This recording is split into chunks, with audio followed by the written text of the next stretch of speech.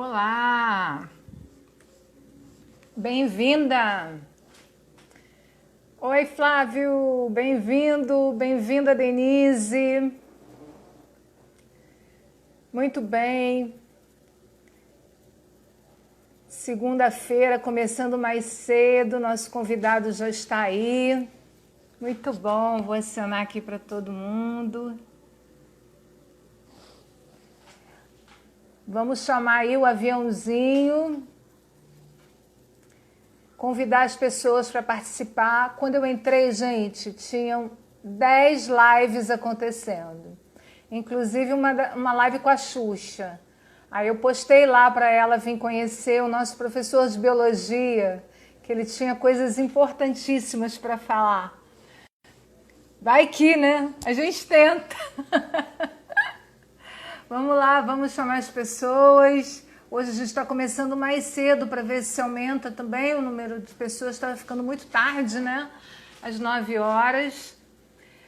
Fabrício, Ronaldo Fabrício chegou, que bom, seja bem-vindo. Tati, vamos acionar o aviãozinho aí para fazer Dona França, que beleza, que bom tê-la aqui. Hoje vai ser muito interessante a nossa live. Boa noite, Ronaldo.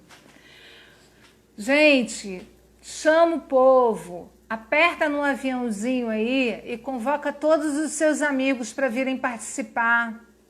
Vamos lá. Eu não sei se eu fizer isso aqui, pode ser que caia o meu. Tem que segurar aqui minha ansiedade. Hoje a nossa live vai ser muito bacana, vai ser com o professor Diego Sacoutinho. Oi, Everton, que bom que você veio. A gente está começando, aperta o aviãozinho, chama mais gente para participar. Vamos fazer essa live bombar, porque hoje é o professor Diego Sacoutinho que vai nos dizer como potencializar o aprendizado de biologia nesse momento de pandemia. Muito aprendizado. O professor é fera e eu já vou chamar ele para entrar. Olha o suspense. Vamos lá? Vamos lá, gente. Professor Diego, você está aí? Vem conversar com a gente, professor. Que bom. Oi, boa noite. Tudo Boa bom? noite, seja bem-vindo, tudo bem? Professor Diego é fera, o cara é pós-doutorando, ele faz projeto na Fundação Oswaldo Cruz, não é isso? Se apresenta, professor, Isso. fala aí melhor do que eu. Me conta. Então, boa noite a todo mundo aí que está assistindo. Meu nome é Diego Coutinho, como eu fui apresentado pelo Esther. Eu sou formado em Ciências Biológicas, eu me formei em 2011 na Universidade de Gama Filho e sempre gostei muito da área, enfim, da biologia, né, do estudo em si, e quis me aprofundar mais. Então, assim que eu acabei a graduação, eu entrei no mestrado na UERJ, fiz mestrado também na área de biologia e acabei o mestrado em 2013 e já ingressei diretamente no doutorado na Fiocruz. E acabei em 2018 e a partir daí tive a oportunidade de estar dando aula em cursos de escolas técnicas, enfim, em outros cursos. E também, desde 2018, estou fazendo pós-doutorado na Fiocruz, no campo de pesquisa, enfim, na busca de medicamentos para doenças inflamatórias. Olha, e aí, imagina, né, se eu não ia convidar você para participar de uma live num momento que a gente precisa justamente entender melhor esse cenário, né, do que está acontecendo aí em termos de biologia, né, professor? Sim, com certeza. Muita coisa com a nossa biologia, com a biologia de um novo ser, né, que é esse vírus que apareceu. E aí, o pessoal que está chegando, puxa o aviãozinho, vamos chamar mais gente para entrar, para participar. Essa live vai ser show. O nosso professor, ele trabalha dentro da Fiocruz e ele vai falar para a gente muita coisa sobre a biologia nesse momento de pandemia. Então, para quem é aluno, para quem é pai, para quem tem curiosidade, para quem está interessado em entender um pouquinho mais sobre os aspectos da biologia nesse momento, a oportunidade é essa, né, professor? Com certeza, vai ser um momento, uma troca aqui muito boa. Também participem, se tiverem dúvidas, tudo o que quiser comentar, enfim, dar um feedback, porque é algo muito presente, né? Vai ser muito presente aí no, ainda, sei lá, talvez mais um mês na nossa rotina. Isso aí. Oi, Marilu. Marilu chegou, tá dando um oi aqui pra gente. Então, vamos lá, vamos começar. Eu vou perguntar o seguinte: nesse cenário, né, de pandemia, né, realmente não faltam aspectos biológicos para a gente observar. A começar pelo próprio vírus, né? Tem muita gente falando que esse vírus, ele pode ter sido uma arma química, que esse vírus foi criado em laboratório. Tem gente até dizendo que foram extraterrestres que implantaram o vírus aqui para fazer uma experiência na humanidade. E eu queria que você clareasse para a gente um pouquinho, né, sobre a natureza desse vírus. O que é esse vírus? De onde ele veio? O que ele faz? O que é isso? Então, para começar, né, muito essa questão, as pessoas comentam muito armas biológicas porque ela já foi uma realidade, ela, enfim, no nosso mundo, na história, questões de uso de vírus, de micro-organismos, de um modo geral, como armas, né, de guerra, de combate, ela é real, ela é, enfim, já aconteceu ao longo da história. Então, nós temos de exemplo a peste bubônica, elas eram usadas contra inimigos, eu acho que, se eu não me engano, na época na China. Então, o que eles faziam? Ainda era algo muito rudimentar, mas eles pegavam um cadáver que estava infectado, que tinha uma determinada doença, eles colocavam esses cadáveres em fontes de água, enfim, dos inimigos, né, durante a guerra, ou até atiravam os corpos em catapulta para tentar contaminar, enfim. Então, esse foi o uso mais rudimentar, digamos assim, que a gente tinha de guerra biológica, né? Do uso de uma doença para querer combater um inimigo. E aí o outro exemplo que nós temos também é a varíola, que é considerada uma arma biológica de classe A, perigosíssima, e a varíola ela foi erradicada do mundo, não existem mais casos, enfim, de varíola, só que há um laboratório, o Laboratório de Controle de Doenças nos Estados Unidos, ela guarda uma amostra da varíola, enfim, para estudos. Eles usam um termo que guardam para estudos. E aí há um outro laboratório na Rússia, então tinha toda aquela questão de Guerra Fria, então a Rússia também manteve uma amostra da varíola para ter aquele pensamento, né? Se você tem, eu também tenho. Se você quiser usar para alguma forma, eu também tenho aqui e vou poder usar. Então, essa questão de guerra biológica, ela realmente é muito presente na nossa história. E aí, a partir daí, quanto ao coronavírus, foi na semana passada, o presidente dos Estados Unidos, o Donald Trump, ele sugeriu que a China teria fabricado o coronavírus como parte de um plano maquiavélico para derrubar o mercado e desbancar a hegemonia, né, que os Estados Unidos têm, e a partir daí seria uma nova ordem mundial, enfim, graças à China. Só que, alguns dias depois, a Organização Mundial da Saúde, a OMS, ela lançou uma nota, uma matéria, uma notícia, dizendo que é impossível prever, mas todas as evidências, elas sugerem que o vírus é de origem animal e que ele não sofreu nenhuma manipulação genética. Para explicar um pouquinho melhor essa ideia, é que se alguém quiser infectar humanos de propósito, se eu quero, enfim, eu tenho toda uma estrutura que eu quero infectar outras pessoas, criar um novo vírus, não é fácil, não é possível criar um vírus do zero. O vírus é uma forma de... Há discussão se o vírus é um ser vivo ou não, mas ele é uma forma de vida, enfim, ele é uma forma que se reproduz, ele tem material genético, então é difícil eu estalar os dedos e criar algo do nada. Então, como que é feito, geralmente, uma arma biológica? Eu escolho um vírus que já existe e eu modifico ele para que ele consiga entrar em células humanas, etc, etc. o coronavírus, de fato, ele veio de um outro vírus que sofreu mutação.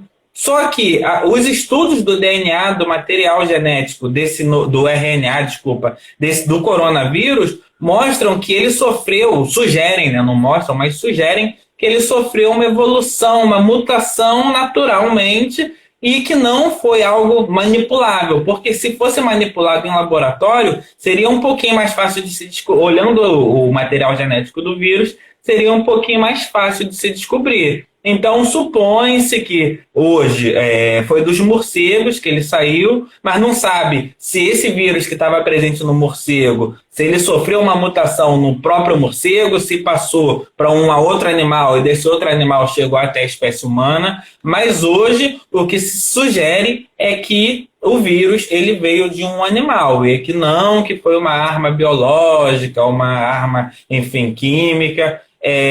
Mas isso ainda novamente, é especulação, é sugestão, ainda não é nada muito claro do que aconteceu. Outra hipótese que é levantada é que houve uma transmissão acidental de cientistas que pesquisavam o vírus do morcego, então acidentalmente eles pesquisando o vírus do morcego, eles liberaram, e aí esse vírus entrou em contato com os próprios, enfim, pesquisadores lá, e dentro desses pesquisadores sofreram as mutações para poder se tornar aí o que é hoje essa grande pandemia, enfim, Você acha que isso é possível? Você que trabalha dentro de laboratório, a gente sabe que é tudo extremamente isolado. Você acha que é possível um acidente assim? Não sei, eu não faço ideia, não. Não, enfim, depende, é muito relativo, porque na parte cientificamente falando, eu não acredito, porque eu estaria indo contra até os profissionais que trabalham seriamente, enfim, tem tudo que se faz, todos os processos, enfim, locais sérios, e a China é também um país sério, você tem toda uma biossegurança, tem todo um protocolo a se seguir, então isso dificulta um pouco que hajam acidentes dessa esfera. E por que estariam estudando o vírus do morcego especificamente? Então essa teoria, enfim, ela é uma hipótese que se existe, mas eu não parece acredito. ficção, né? Parece Pois ficção é, científica. exatamente, parece ficção científica.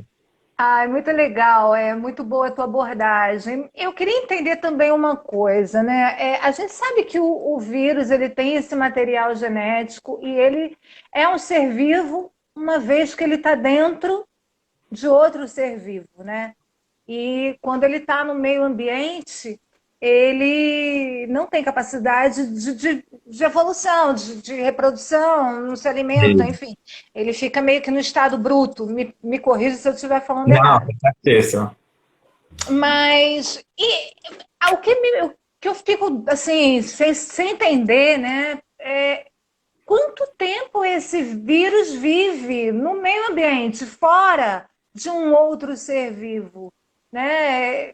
Esse ou todo vírus, como é que isso funciona? É muito doido isso, né? Excelente pergunta, excelente colocação mesmo. E até o conceito que você falou, porque o vírus, se a gente fosse parar para pensar, o vírus ele não é nada mais, nada menos que um material genético, um DNA, nesse caso um RNA, e uma cápsula, e um envoltório. Então, hoje em dia, até hoje, é muito discutido por pesquisadores renomadíssimos se o vírus é um ser vivo ou não. Porque um vírus em si, a grosso modo, ele não tem um metabolismo próprio, ele não respira, ele não se alimenta, ele é algo parado que só o que ele faz é se reproduzir, só o que ele faz é se reproduzir. E aí entra o detalhe importante, porque um vírus, como você mencionou, ele não se reproduz sozinho. Um vírus que caiu no ambiente, que está pairando no ar, ele não consegue se reproduzir. Para ele se reproduzir, o que ele tem que fazer? Ele tem que entrar no nosso corpo, invadir a nossa célula, e aí sim ele usa a nossa célula, todo o material que nós temos para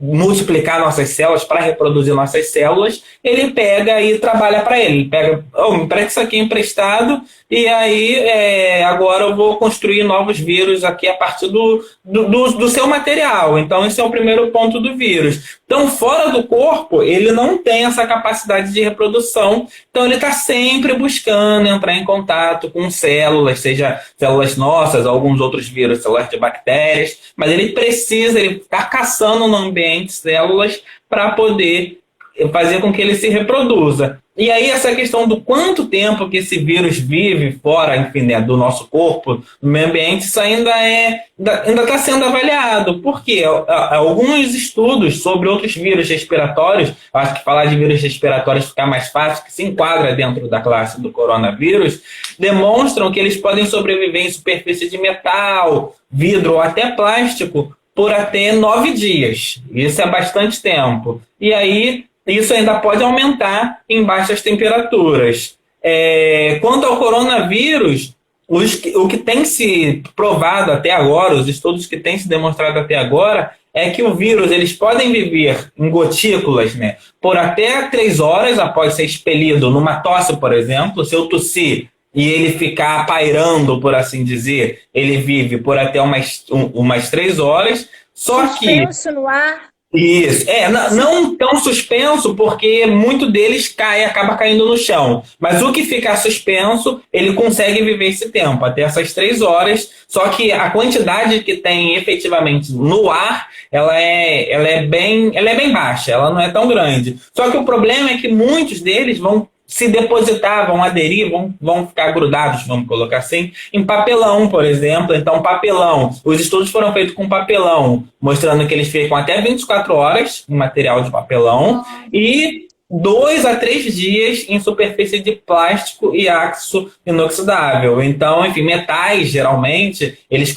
conseguem ficar mais tempo. Isso é um problema seríssimo. E é por isso que essa pandemia, né, ela atingiu essas proporções no Brasil e no mundo. Porque a gente pensa no nosso transporte público, metrô, no ônibus, tudo que a gente fica apoiado, segurando, enfim, no mercado, tudo que tem, enfim, que a gente... Naturalmente, a gente fica tateando, fica colocando a mão, e se uma pessoa espirrou ali perto e essa partícula que estava no ar conseguiu ficar presa, enfim, nesse metal, a gente tem que colocar a mão. Depois, naturalmente, com muita facilidade, a gente coloca a mão no rosto. Eu coloco toda hora. Eu também. Então, assim, isso aumenta muito a chance de contaminação. Então, esse é um problema. Só que também o que eles viram é que no cobre, curiosamente, ainda não se sabe por quê, se o material é feito de cobre, ele fica só cerca de 4 horas, não fica tanto tempo quanto o aço inoxidável, mas isso, enfim, não sabem o porquê até o momento. É muito louco essa coisa toda. Então, nesse caso, faz sentido mesmo o uso da máscara, né? Que a OSN demorou a liberar como uma medida de prevenção. Acredito até que por conta de acabar estoques para o pessoal da medicina, enfim. Mas o uso da máscara, ele é bem efetivo nessa situação de contaminação no ar, né? Quando uma pessoa espirra, enfim. Eu acho que... Agora, a máscara tem uma validade? Essa máscara de tecido que a gente vem fazendo... Como é que é isso? Ela se contamina? Essa questão da máscara ela é ótima. Antes de entrar, enfim, da pergunta, só para contextualizar um pouco, é isso mesmo que você mencionou. A máscara ela é eficaz, enfim, só que antigamente não era muito estimulado, por assim dizer, pela Organização Mundial de Saúde, porque as pessoas, a gente tem um princípio, o ser humano tem um princípio de imediatismo, e todo mundo desesperado, todo mundo foi à busca de máscaras, até mercado, você via no início pessoas estocando comida para quase um ano inteiro, enfim, porque a gente tem um medo natural e a gente, então vou comprar muito álcool em gel, vou comprar muita máscara, e isso estava limitando o uso para os profissionais da área da saúde. Principalmente as máscaras que eram mais utilizadas era aquela máscara cirúrgica simples, que era feita de polipropileno e que eram mais baratas, mais simples, mas, enfim, devido a todo esse desespero, digamos assim, né, que nós tivemos, ficou muito escasso, aumentou muito o preço e ficou escasso. Foi difícil mesmo de achar essas máscaras no Brasil. E ainda tem outras que são mais eficientes, composta por um dispositivo de filtragem que é conhecido como N95, então assim, é mais de difícil acesso. E aí, a escassez desses acessórios, esse surgimento dessas máscaras caseiras, né, ela foi curiosa porque as pessoas estavam procurando, não estavam encontrando mais dessas máscaras cirúrgicas, então muitos moradores eles improvisaram e fizeram as próprias máscaras. E aí usaram principalmente tecido de algodão, corretamente.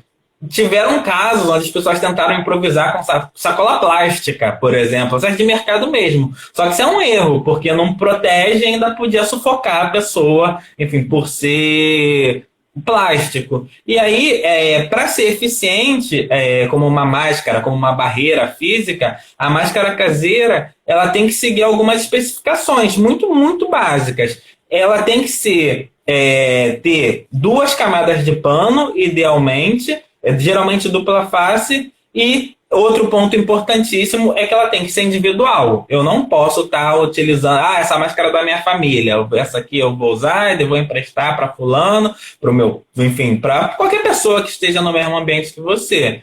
E aí elas têm que estar na medida correta, tem que cobrir totalmente a boca e o nariz, então ela tem que estar ajustada, bem ajustada no rosto, para não deixar espaço. Só que, assim, o que é bem importante frisar é que ela não é 100% de proteção. Então, não é porque eu estou com a máscara, que eu estou usando com a máscara, que posso sair na rua, num ambiente onde eu ficar ao redor de pessoas contaminadas, vou fazer um churrasco agora que estou protegido, estou de máscara, eu vou fazer um churrasco, vou reunir, aglomeração, que não vai me proteger, não. Por quê? Porque elas não ficam plenamente presas ao rosto. Então, qualquer brechazinha pode permitir a entrada do vírus. Então, o que tem se visto hoje de fato, o uso de máscara reduzido surpreendeu mesmo a OMS, porque ela não imaginava que seria tão eficaz como está sendo, mas para ela ser eficaz, é importante que todas as pessoas estejam utilizando. Então, se eu estou contaminado e você não, a gente está no mesmo ambiente, eu estou contaminado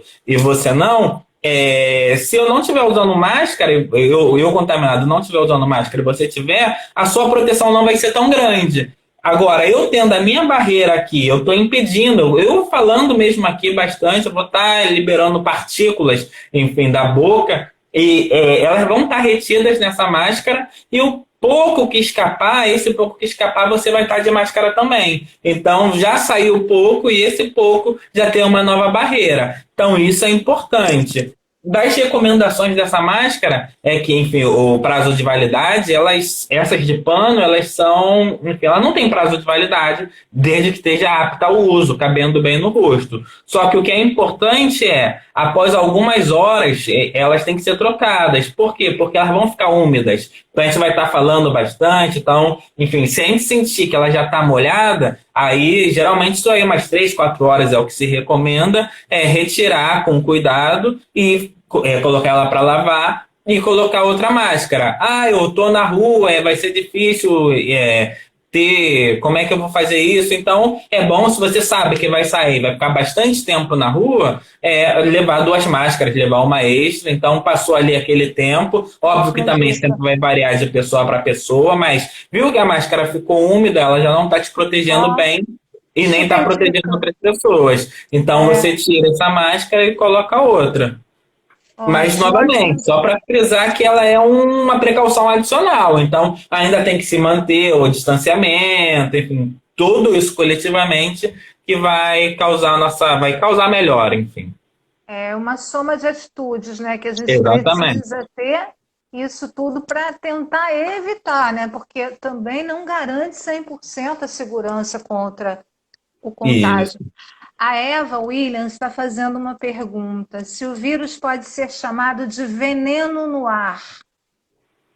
Porque vírus, a palavra vírus vem de virum, do latim, que é de venom, de venenoso mesmo. Então, acho que é pela origem da própria palavra vírus, não necessariamente do ar, mas a própria palavra vírus, ela já vem do latim, do grego. Acho que a etiologia da palavra mesmo já vem já da ideia de venenoso. Então tá coerente, bem Faz correto, enfim. sentido. Isso, Faz exatamente. sentido, Eva. O professor Ronaldo está perguntando se você acha que quanto tempo mais ou menos a quarentena vai durar no Brasil. Essa pergunta é política. Bom, realmente é uma questão assim, ainda bem difícil de se precisar, né? Porque a gente consegue ver, a princípio, nós temos problemas no Brasil em relação a outros países, que é a questão do diagnóstico. Então, nos outros países também tem, mas a gente tem subnotificações. O valor que a gente tem hoje é muito subestimado, por assim dizer. Então, nós não conseguimos fazer todos os testes, os resultados demoram a sair.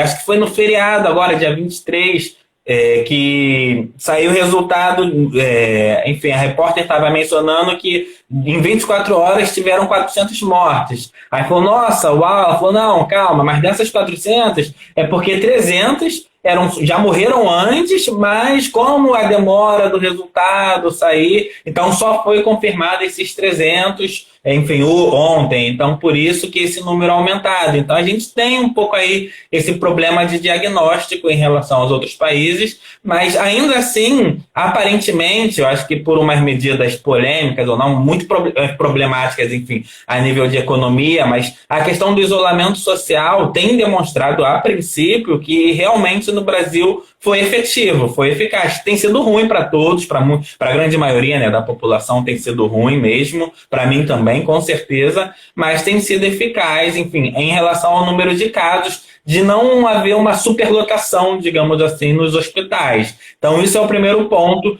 que já dá uma certa tranquilidade. Se as coisas caminharem nesse ritmo, aí estão sempre colocando o pico, enfim, mais para frente. Então, agora a previsão é de que em maio haja aí o pico mesmo da doença. A Manaus, por exemplo, já está começando a entrar em colapso mesmo, a situação já está ficando um pouco mais preocupada, mas se tudo seguir bem, por assim dizer, creio que em junho a gente já vai estar começando a liberar, enfim, aos poucos. Não sei como é que vai ser feita essa liberação. O ideal, os estudos, é muito complicado isso, principalmente para o Brasil, para o mundo inteiro, mas, enfim, no Brasil, a nível de economia, porque o que se recomenda é liberar, um exemplo, as escolas, e aguardar 15 dias, ver como é que está o resultado dessa liberação, e aí liberar um outro estabelecimento, e ir fazendo essa liberação de 15 em 15 dias, que é o tempo para se poder avaliar se essa liberação está causando impacto ou não, enfim, no número de casos. E o medo é que essa liberação seja plena, as pessoas relaxem muito, pela saudade mesmo. Muito tempo que você não vê as pessoas, que não confraterniza, então o risco de ocorrer grandes aglomerações e aí fugir tudo do controle. Tudo que foi feito até agora, enfim, não valia a pena. Mas a expectativa é de que a partir de junho as pessoas vão começar a liberar, mas bem aos pouquinhos mesmo, e aí como estão colocando aí, até agosto e setembro, talvez, vai voltar tudo 100%, enfim, ao funcionamento. Mas isso ainda é muito projeção, né? Isso tudo pode mudar daqui a pouco, tanto para antes quanto para depois. Sim, com muita incerteza, né? Exatamente. A professora Tatiane, ela está perguntando, um possível retorno das aulas presenciais aumenta risco? O professor poderia falar um pouco sobre isso? Em teoria, sim, porque você vai estar acumulando aglomeração, não deixa de ser uma aglomeração, acumulando pessoas no mesmo ambiente. Então, o que eu tinha visto de medida, se eu não me engano, ia ser para São Paulo. Também vi na televisão uma matéria que era uma sugestão de um projeto. Também não sei como é que funcionaria na prática, mas teriam que ter no máximo 30 alunos em salas, 20 ou 30. Então, se a turma é maior, dividiria. Eu tenho uma turma de 40 alunos, então vamos fazer um revezamento. 20 vão assistir a aula presencial, 20 vão estar fazendo atividade online. E aí, no outro dia, os outros 20 que estavam em casa vão para a escola. E, enfim, isso fazendo aos poucos, para que assim a gente consiga voltar à rotina de ter aula presencial, que é uma maravilha, e nós professores, acho que a gente sente muita falta disso, mas a medida que se vê agora é isso. Se não, se voltar à aglomeração, há o risco, apesar de eu estar morrendo de saudades, enfim, de estar em um ambiente de aula, de sala de aula, há o risco, sim, aumenta a chance de aglomeração e aí de ter, enfim, contato da doença, de ter contato com a doença. Ai, muito legal. Eu tenho realmente muito medo, não só pela saúde dos alunos, né, que muitas vezes eles são apenas vetores, né, Pois é. e os professores, né, normalmente mais velhos, mais cansados, desgastados, enfim, é uma preocupação muito grande.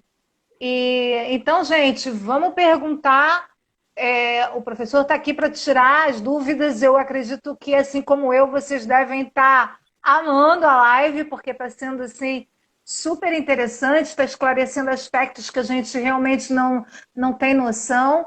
Então, perguntem, fiquem à vontade. Enquanto vocês não perguntam, eu tenho uma outra pergunta aqui que eu estava pensando enquanto você estava falando.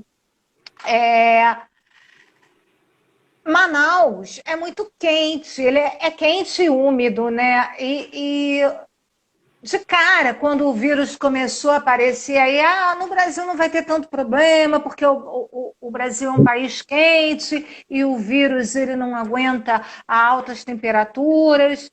Então, minha pergunta é: que altas temperaturas são essas? E se isso é verdade, Manaus não deveria estar com essa, né, explosão, né, pandêmica, se assim posso falar. Você poderia explicar um pouquinho? É verdade isso? Que alta temperatura é essa? Vamos entrar, se a gente entrar numa sauna, a gente está protegido? Como é que funciona? Então, ótima também colocação. Isso era uma questão quando o vírus, antes de chegar no Brasil, quando estava na Europa principalmente, acho que muitas pessoas falavam exatamente isso. Mas lá o clima é frio, aqui no Brasil o vírus não vai se criar, enfim. Mas a gente viu que aqui a gente não está tendo novamente o mesmo número de casos enfim, que está tendo em outros países, até com temperatura mais baixas, né, do que a nossa, mas isso não é necessariamente um indicativo de que a temperatura, não diretamente, não tem essa relação direta da temperatura, como você citou Manaus, que dentro do Brasil, pelo menos, é uma região muito quente, e ainda assim nós estamos tendo muitos casos do vírus enfim, Porto Alegre, o Sul, a gente não tem tanta, em tese era para ser o local onde teria mais casos e não tem. Então, assim, essa questão da temperatura ambiente, né, pelo menos a temperatura atmosférica, né, que nós temos no dia a dia, ela não tem se mostrado, enfim, relevante para os números de casos. Possivelmente, em Manaus, o problema que está tendo a nível de óbito é a questão do sistema de saúde, enfim, talvez é um pouco mais frágil em relação a outros centros que nós temos, enfim, no Brasil. E aí, se você tem o caso da doença, mas se você não está podendo, enfim, tratar da maneira adequada, não tem toda a estrutura mínima para fazer o tratamento, então acaba tendo muito óbito. Ou talvez também, não sei como é que foi, enfim, o regimento, como é que foi feito lá na região, a nível do isolamento, se foi bem respeitado, se não foi, e isso acabou causando grandes casos. A nível de temperatura para a doença, as temperaturas altas destroem sim o vírus,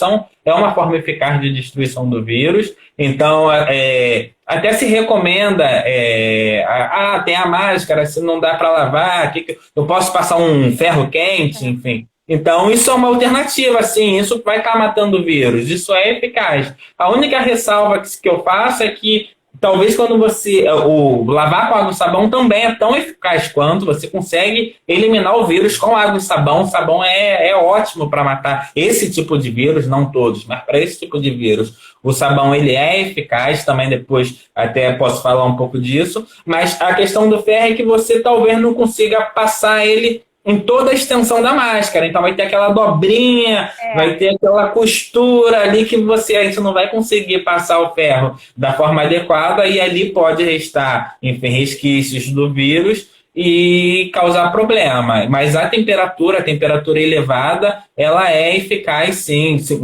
colocasse, por exemplo, água fervendo, você conseguiria estar eliminando adequadamente o vírus, porque ele não suporta essas temperaturas elevadas. Isso é importante porque isso acontece no nosso corpo, fisiologicamente mesmo. Eu falo isso porque nós temos, geralmente, quando a gente está, até um dos sintomas do coronavírus no nosso corpo, ou de qualquer infecção, qual é o sintoma clássico que a gente tem? Você consegue pensar em alguma coisa, Esther? Febre, Oi? né? A Febre, febre. ótimo. Então, a febre, a gente fala assim, a febre ela é um alerta para o nosso corpo nos alertando de que algo está errado.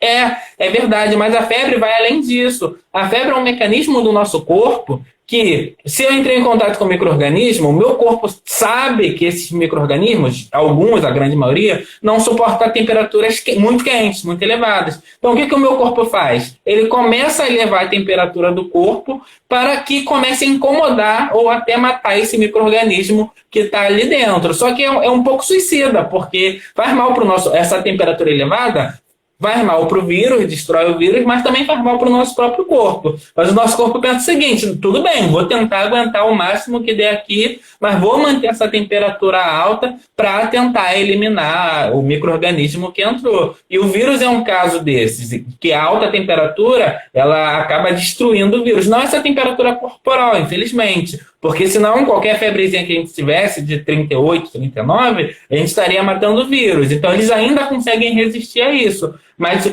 isso é só uma ideia de como o nosso corpo sabe que a temperatura alta é ruim para o vírus e ele tenta aumentar para tentar matar esse vírus. Então a febre não é porque o vírus que causa a febre no meu corpo, é o meu corpo respondendo à entrada desse vírus.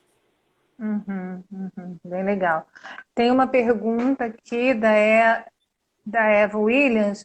As aulas nas escolas vão voltar ao normal antes ou online será cada vez mais adotado no ensino? Isso é um desafio, né? Essas É. questões. As aulas online elas estão se tornando cada vez mais uma realidade, enfim, no método de ensino. Tem diversas modalidades de ensino à distância e os professores, de um modo geral, que a gente fica um pouco com o pé atrás, fica essas novidades, a gente fica tentando, não, vou ao método tradicional, não precisa disso. Mas essa pandemia veio só para mostrar para a gente que, enfim, a gente tem que se modernizar mesmo. Eu acho que o método online em si, ele vai ser cada vez mais presente, não dessa forma, não quando acabar a pandemia, eu acho que tudo vai voltar ao normal, acho que também ter aquele contato presencial, ele é importante, ele ajuda bastante no aprendizado, enfim, na troca mesmo do professor com o aluno, mas eu acho que essa pandemia ela só veio para mostrar para a gente que a gente tem que começar a pensar de outras formas, tem que começar a ter alternativa. Eu vejo o método online como alternativa. Então, para muitas pessoas que, enfim, até não vou colocar no ensino fundamental, um pouco mais difícil, mas, enfim, mas para pessoas que vão querer, enfim, vão estar trabalhando, vão querer ter alguma outra formação, então, enfim, como não tenho mais tanto tempo, eu tenho que ter a flexibilidade no tempo para estudar, então as aulas online elas vão se tornar realidade mais nesse sentido, mas, enfim, e a pandemia veio para isso, para mostrar para a gente que, ó, se preparem, aprendam a utilizar esse recurso, que, enfim, que vai ser uma realidade alternativa ao método tradicional de ensino. É verdade, eu concordo plenamente com o que você falou. Hoje a gente está vivendo um momento alternativo, né? As escolas começaram a fazer uso das tecnologias, muitas vezes sem muito respaldo, jogaram para o professor essa responsabilidade de fazer videoaula, sobrecarregaram muitos colegas para poder dar conta, para poder fazer com que o aluno não perdesse esse tempo sem estudo. Algumas estão acertando, outras estão tentando acertar, a coisa está acontecendo, mas ainda está muito confuso.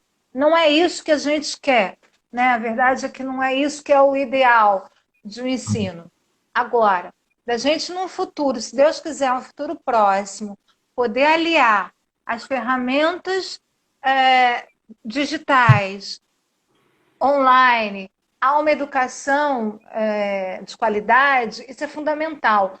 Já se falava muito nisso. Muitas escolas já vinham fazendo alguma coisa, só que não era suficiente, não era efetivo, os professores ainda não estavam engajados no processo. Precisa de uma capacitação mesmo, geral, de como adaptar, de como fazer, de como utilizar o celular dentro de sala de aula, né? Enfim, começar a mudar a mentalidade, porque os nossos alunos são os nascidos digitais, né? E nós não, e nós também recebemos a nossa educação e o nosso aprendizado acadêmico de pessoas que não conviveram com isso. Então, a gente é que está criando essa nova realidade, né? E a pandemia foi um pontapé inicial aí, porque, exatamente como você falou, a gente não vai poder ficar sem isso, sem usar esse recurso. Ele tem que ser cada vez melhor aproveitado pelas escolas, pelas famílias, pelas pessoas, enfim. E graças a Deus que a gente tem algum recurso, né? Pior seria se a gente não tivesse. E uma pergunta aqui tem uma pergunta aqui de alguém, não é dela mesmo. Tem gente aqui te elogiando, parabéns. O ensino online para o primeiro ciclo ainda é complicado. Sim, eles são mais dependentes, né, Everton? Não tem autonomia. Mas a gente já está conseguindo fazer alguma coisa. Precisa da cooperação das famílias. Agora, uma questão, parece que, eu não sei bem não, mas até onde eu li e vi, o Ministério de Educação ainda não falou nada sobre o Enem, né? Não modificou datas, está tudo aí como se o Enem fosse acontecer em novembro, normalmente. Eu acredito que a pandemia vai ser um tema central, né, das questões do Enem, né, professor? Eu acho que em toda a interdisciplinariedade que o Enem pretende fazer, a gente tem aí milhões de aspectos para se unir e elaborar boas questões, né? Então, eu queria, assim, que o tema, né, da tua live aqui hoje, né, dizer como potencializar esse estudo de biologia, né? Essa live já foi uma grande aula. Além dessa grande aula, o que o aluno pode fazer para potencializar esses estudos, ficar antenado com tudo que está acontecendo, né? Inclusive a questão do que está acontecendo, do que pode vir a acontecer, né? Até a questão das vacinas, da mutação genética, porque tudo isso é conteúdo da geografia, da biologia, desculpa. Certeza. E aí eu acho que dar pano para manga aí para essas provas, você não acha, não? Com certeza, eu acho que o Enem, esse ano, se vier a ser realizado, enfim, quando vier a ser realizado o Enem, acho que tema próspero para eles utilizarem vai ser essa pandemia. Tem muita coisa a se abordar nisso, envolvendo, enfim, multidisciplinar mesmo, interdisciplinar mesmo, como você disse. Então, enfim, eles podem utilizar da matemática para poder mostrar a curva de crescimento, da contaminação, a história para mostrar o caso atual e os antigos de pandemias que tiveram no mundo, geografia para entender as rotas, enfim, como é que está sendo essa transmissão, estado a estado, química para entender sobre qual é o álcool, 70%, como é que ele atua para atrapalhar, enfim, ajudar no combate, física para entender o funcionamento de um respirador mecânico, por exemplo. E aí, e dentro da biologia, aí é mais vasto ainda. Então, começando a entender, enfim, acho que é questão central para os alunos que estão pensando aí no Enem, a diferença de um vírus para uma bactéria, toda a discussão do vírus ser um ser vivo ou não, como foi mencionado. Então, o vírus não é um ser que respira, não é um ser que se alimenta. Então, alguns consideram ele como não um ser não vivo por causa disso, porque para ser vivo tem que se alimentar, tem que respirar, tem que ter metabolismo, enfim, que é o termo, né, mais correto utilizado. E aí outros falam que não, mas um vírus se reproduz. Então, se algo se reproduz, ele é um ser vivo sim. E aí, ou ele sofre mutações, algo que muta, que evolui, tem que ser um ser vivo. Mas até hoje não é um consenso, não há uma definição se o vírus é um ser vivo ou não. Outro aspecto importantíssimo é o conceito de pandemia. Então, o que é uma pandemia? Qual é a diferença de uma epidemia, uma pandemia, uma endemia também, que é outro termo muito comum. Então, quando a gente fala em endemia, por exemplo, doenças endêmicas, são doenças que são específicas de uma região. Então, elas podem ocorrer durante o ano inteiro, mas ela é específica de uma região. Então, nós temos na região norte do Brasil, doença de Chagas, por exemplo, nos locais que tem casinha de pau a pique. Então, o vetor, o barbeiro, né, o barbeiro, né, popularmente tido como barbeiro. Então, a picada desse inseto me fugiu, um besouro, uma forma de besouro, não, enfim, do inseto, do barbeiro mesmo. Então, a picada dele que causa a doença de Chagas, mas ela é específica de uma região do Brasil. Então, ela é uma doença endêmica, ela só ocorre naquela região. Então, a epidemia, diferentemente, ela não tem um centro específico, mas ela tem uma característica única, que ela é um aumento brusco, repentino e geralmente é transitório. Então, como assim transitório? Quando a gente fala de epidemia, a gente fala de algo que tem início e fim. A dengue é um caso muito comum de epidemia aqui no Brasil. Por quê? Chega novembro, dezembro, se aproximando do verão, aí o RJTV começa a anunciar números de dengue no Brasil. Então, temos tantos casos de dengue.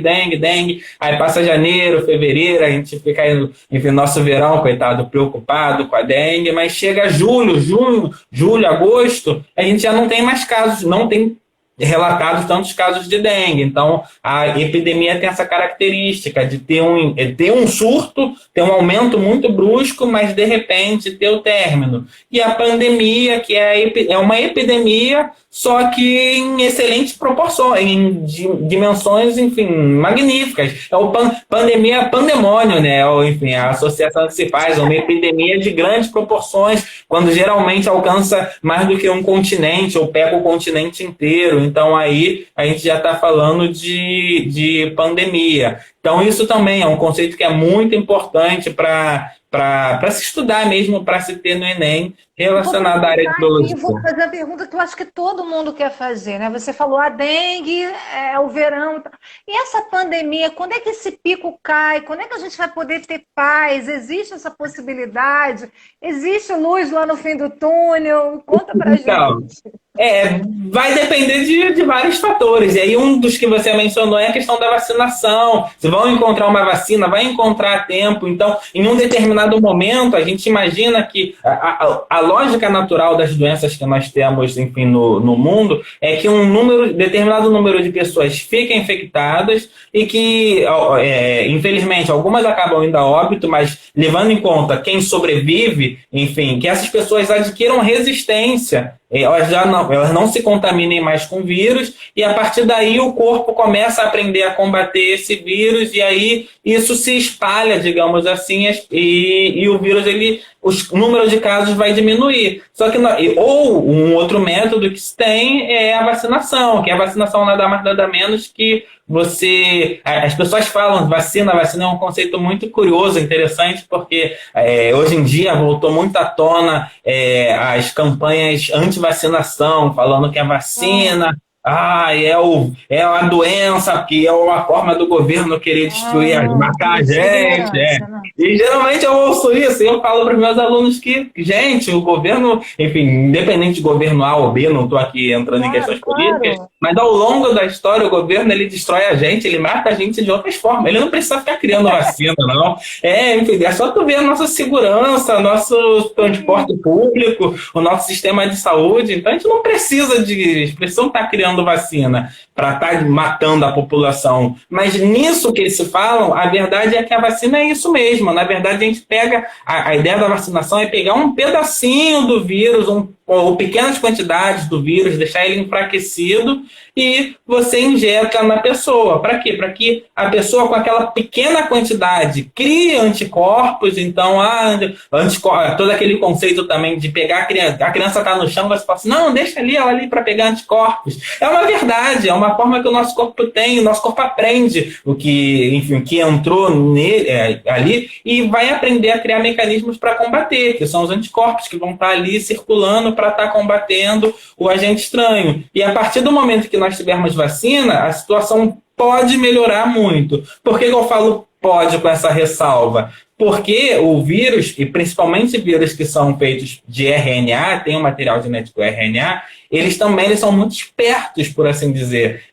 Sendo considerados seres vivos ou não, eles sofrem muita mutação. Então é o caso que acontece com o H1N1. Por que todo ano tem uma vacina para H1N1? Porque o vírus do ano passado, ele é diferente do vírus desse ano. Ele aprende, ele se modifica, e aí esse ano a gente já tem um vírus muito parecido, mas com umas características diferentes, porque os anticorpos que eu produzi ano passado não funcionam mais nele. Então tem esse risco também do coronavírus, dele sofrer essas mutações e ao longo dos anos, mas aí também já vai ser um caminho mais fácil, como está sendo com o H1N1, mais controlado. Então todo ano se mapeia, vê como é que é a nova característica do vírus e passam vacinas para o vírus daquele ano. Então, assim, são os caminhos que se tem, e buscar também, tratamentos, porque a vacinação ela já é mais voltada para quando não está, na pandemia, quando já não está, quando a bomba já estourou, já fica um pouco mais difícil segurar. Então, a ideia é já para os próximos anos. Então, ver terapia, ver como é que o vírus funciona, ver os métodos,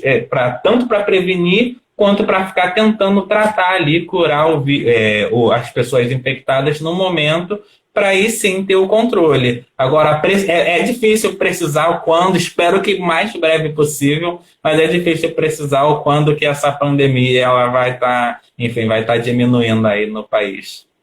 É verdade. Nossa, gente, olha, eu estou encantada aqui com as explicações do professor Diego.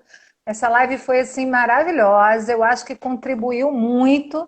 Eu queria saber das pessoas, a gente tem ainda 9 minutinhos.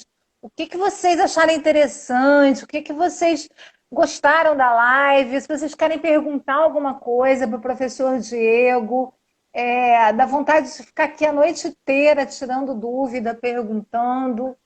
E fiquem à vontade para mandar as perguntas, que a gente está aqui para responder.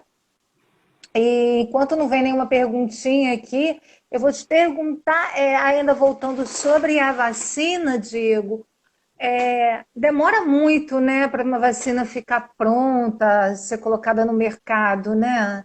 Sim, e demora tanto? É porque, é todo um processo. Isso tem que ser feito com o máximo de cuidado possível, porque, como eu falei, a gente está inserindo um pouquinho do micro-organismo dentro de um ser vivo. Então, assim, há muitos riscos associados tanto que a vacina ela pode funcionar ou não, porque se fosse tão simples assim, a gente teria vacina para todas as doenças existentes no mundo. Então, no caso do HIV, eu pegaria um pedacinho inativado do vírus, do vírus HIV, né, causador da AIDS. Ainda não tem, né? E não tem. Então, não é tão assim, não é tão simples quanto parece. Então, são muitos estudos são feitos, tem que se avaliar os riscos, os benefícios, se vai compensar ou não. Não é questão nem de vacinação, mas um exemplo que tem de medicamento, que, é um caso emblemático, a talidomida. Não sei se você já ouviu falar ou lembra da história da talidomida, que foi um medicamento... As crianças nascidas, né? Isso, exatamente. Então, foi um medicamento que, sem os estudos necessários, ele foi liberado muito facilmente para que as grávidas, que elas estavam tendo muito enjoo, então, faz o uso da talidomida, que aí as grávidas estavam fazendo uso desse medicamento, mas sem os estudos necessários. Então, o que acabou acontecendo? Muitas crianças nasceram com uma formação. Então, assim, tem que se investigar. Um medicamento mesmo, ele demora, o certo, o ideal, mesmo sendo ruim isso, ele demora pelo menos uns 10 anos aí, desde o momento de ser descoberto até, enfim, até entrar na prateleira, por assim dizer. Então, é um tempo demorado. Para vacina, isso é muito mais curto, obviamente, mas também tem que se tomar todo o cuidado, avaliar como o organismo vai responder, não só naquele momento, mas como ele vai responder ao longo dos dias, meses, talvez, para avaliar se é possível vacinar ou não. Tem que ter um número, cada pessoa responde de uma forma, então não adianta eu fazer um teste em um único organismo, em um único ser vivo e tirar ele como exemplo para tudo. Então tem que ter um número adequado de testes para se fazer, uma amostragem, enfim, suficiente para eu poder estar afirmando, isso aqui realmente está sendo eficaz ou não está. Então, também o tempo de formação de anticorpos dentro do nosso corpo não é imediato, não é eu tomar vacina hoje, que eu já estou preparado, estou imunizado, já tenho anticorpos. Os anticorpos, eles demoram pelo menos aí de 4 a 7 dias para começar a estar sendo liberado dentro do nosso corpo. Então, tanto é que no caso da febre amarela, que era uma vacina que é muito, ela é obrigatória quando as pessoas vão fazer viagens internacionais. Então, você não pode tomar a vacina e viajar no dia seguinte. Você tem que tomar a vacina com 7 dias de antecedência. Por que 7 dias de antecedência? Que é o tempo do seu corpo criar os anticorpos, e aí você está protegido, você não ter, enfim, ali risco de estar doente, e aí sim ou pegar a doença e poder viajar. Então, isso também é outro aspecto importante da demora, digamos assim, desse tempo para se descobrir uma vacina que seja eficiente. Nossa, maravilha. Estou assim fascinada aqui pela aula. A Evan Williams está perguntando, eu acho que faz sentido também. Reforço do sistema imunológico nesse momento é eficaz? Ah, sim, isso também tem sido muito falado, a questão do reforço imunológico.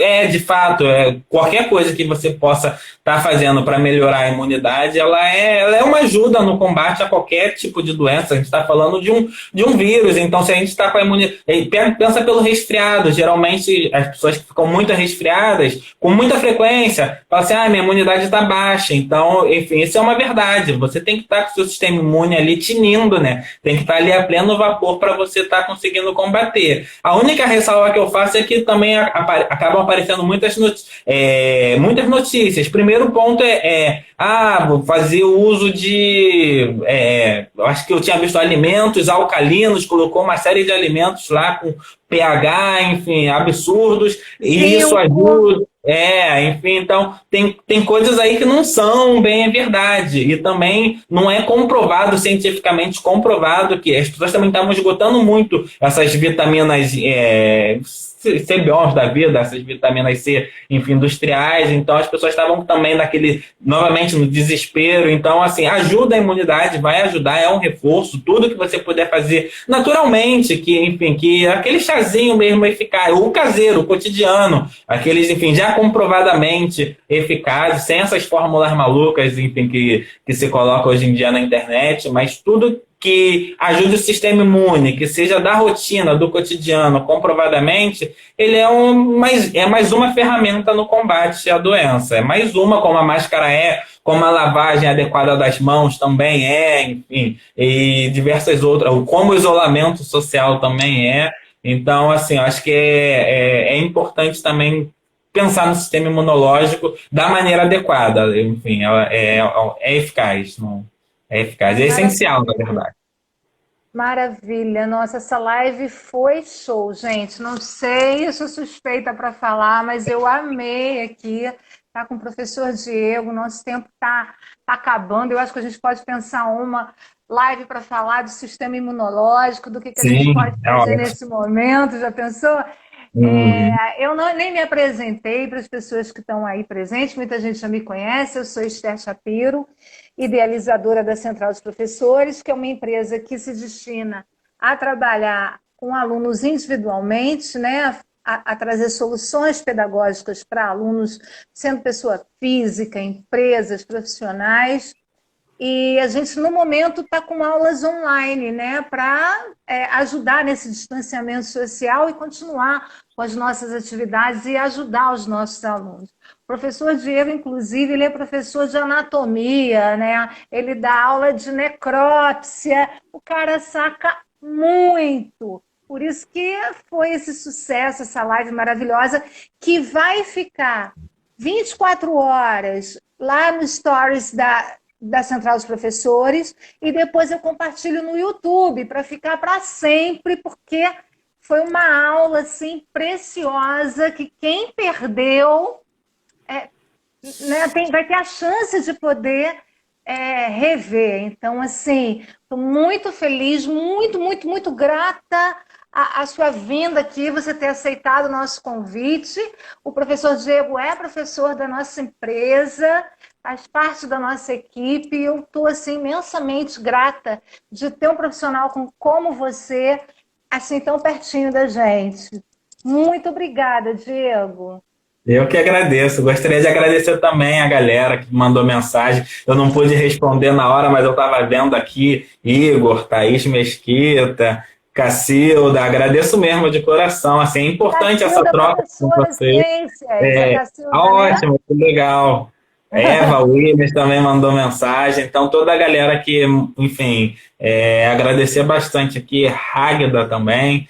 Obrigado aí mesmo pela atenção, pelo carinho e pela oportunidade. Pode contar comigo.